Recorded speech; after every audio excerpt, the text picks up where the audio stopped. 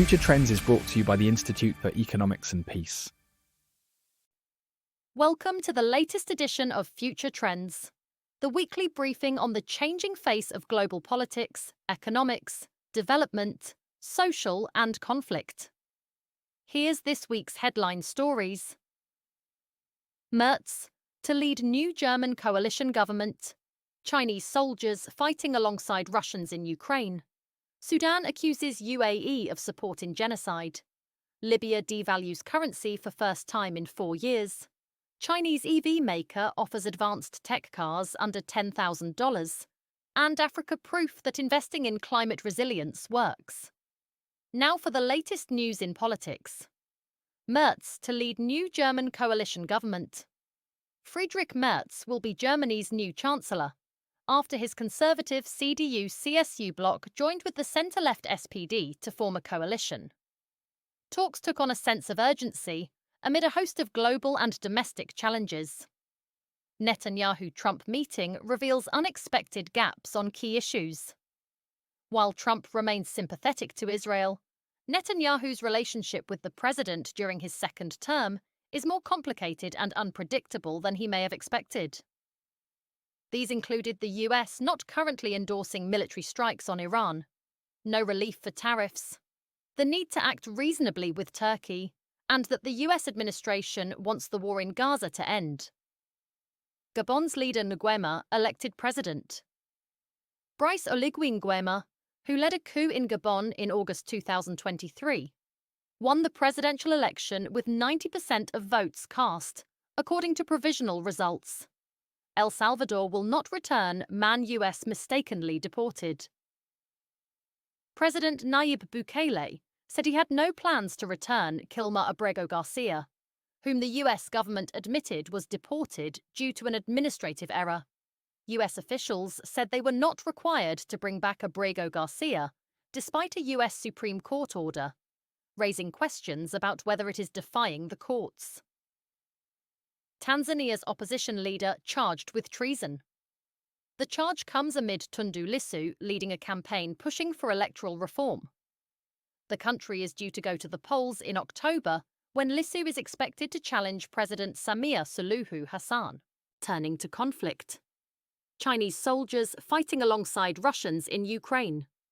Ukrainian President Zelensky says his army has captured 2 Chinese soldiers who have been fighting with Russian units in Ukraine's east.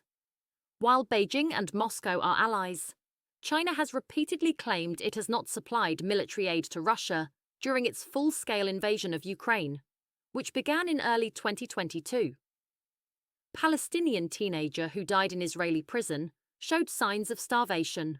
Walid Ahmad, 17, who had been held for 6 months without charge, suffered from extreme malnutrition and showed signs of inflammation of the colon and scabies, said a report written by the doctor who watched the autopsy, conducted by Israeli experts, at the request of the boy's family.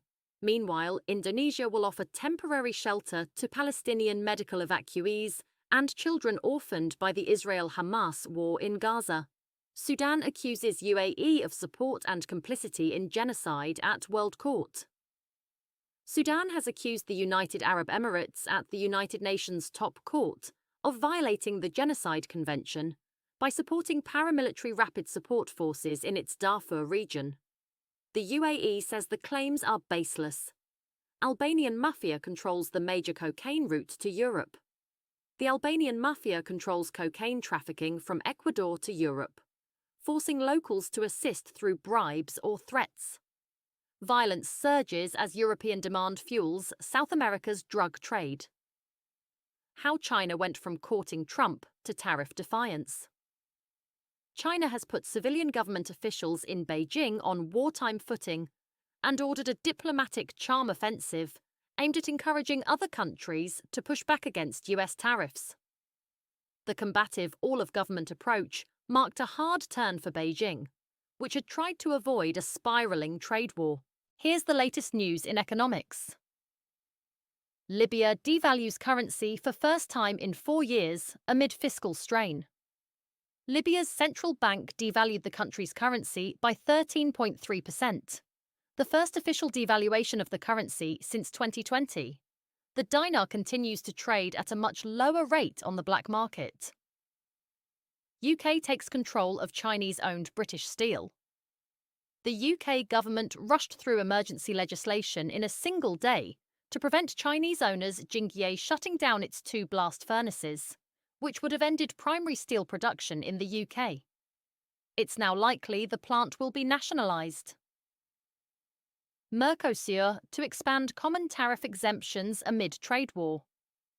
Mercosur countries have decided to relax common external tariffs on 50 products of the choice of each of its members, giving them more flexibility to negotiate deals.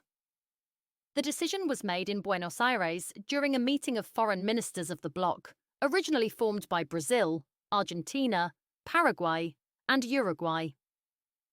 UK economy beats forecasts as tariffs threaten future.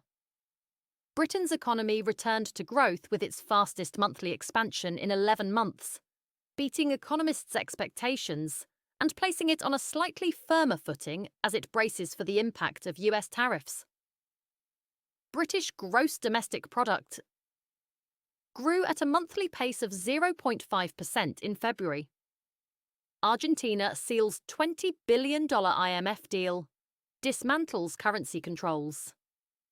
Ahead of the 48-month extended fund facility deal with the International Monetary Fund, Argentina also removed key parts of its years-long currency controls and loosened its grip on the peso.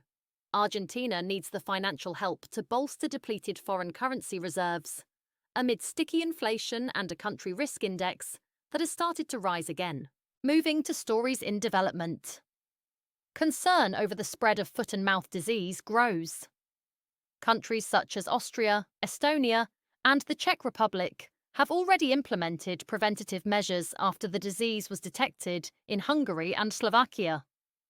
Foot and mouth is more dangerous than African swine fever and affects all cloven-hoofed animals such as cattle, sheep, goats, and pigs.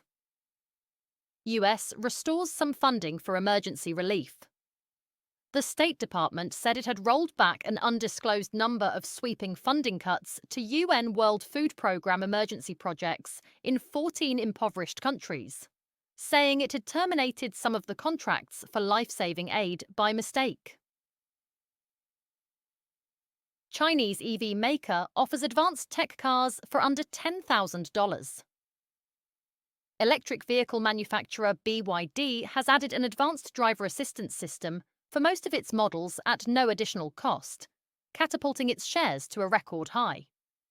Chinese customers can now experience the carmaker's proprietary God's Eye driver assistance system in models that cost as little as $9,555, which could further fuel an ongoing price war in the world's biggest car market.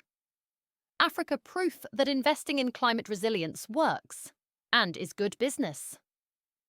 Climate denialism should not blind investors and governments to the very real opportunities to be found in financing solutions. Hackers breach Morocco's social security database. A large volume of data was stolen in a cyber attack that resulted in personal information being leaked on the messaging app Telegram. The hackers said the attack was in response to alleged Moroccan harassment of Algeria on social media platforms, pledging additional cyber attacks if Algerian sites were targeted. Now for latest stories in social. 3 million child deaths linked to drug resistance. The deaths, for calendar year 2022, were a result of infections that are resistant to antibiotics, a study found. Children in Africa and Southeast Asia were most at risk, while the study highlights a more than tenfold increase in antimicrobial resistance-related infections in children in just 3 years. The number could have been made worse by the impact of the COVID pandemic. Zimbabwe makes first compensation payments to white farmers. The initial payout of $3 million was to white farmers whose farms were seized under a controversial government program more than 2 decades ago. Thousands of white farmers were forced from their land, often violently, between 2000 and 2001 in seizures meant to redress colonial-era land grabs. but which contributed to the country's economic decline and ruined relations with the West. Indigenous march in Brazil to demand more land be set aside for their stewardship. With the first UN climate talks in the Amazon approaching, thousands of indigenous people marched in Brazil's capital, demanding the state guarantee and expand their rights to traditional lands as part of the solution to the world's climate crisis. Once on civil war's front line, Lebanon Museum sees new life. When Lebanon's civil war began 50 years ago, its National Museum became a flashpoint of its capital's frontline, with militants barricaded among ancient sarcophagi and sniping through historic mosaics.